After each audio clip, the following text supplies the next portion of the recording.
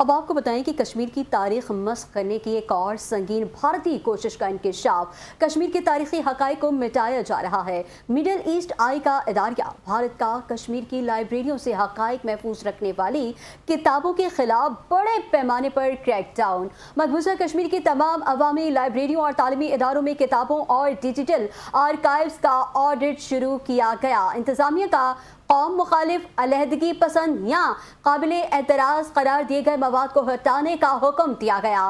BJP के एतराज़ पर 225 से ज़्यादा स्कूलों में तकसीम की गई 2 किताबें फौरी वापस लेने का फैसला किया गया। किताबों के मामले पर महकमा तालीम के 8 एहलकार मुअत्तल। मुसन्निफीन और पब्लिशर्स के खिलाफ तहकीकात शुरू कर दी गई। दोनों पब्लिशर्स ब्लैक लिस्ट, उनकी साबका शाया शुदा तमाम किताबें भी मार्केट से वापस लेने का हुक्म दिया गया। लाइब्रेरी ऑडिट, तालीमी आज़ादी और तनकीदी तहकीक के खिलाफ नई मुहिम।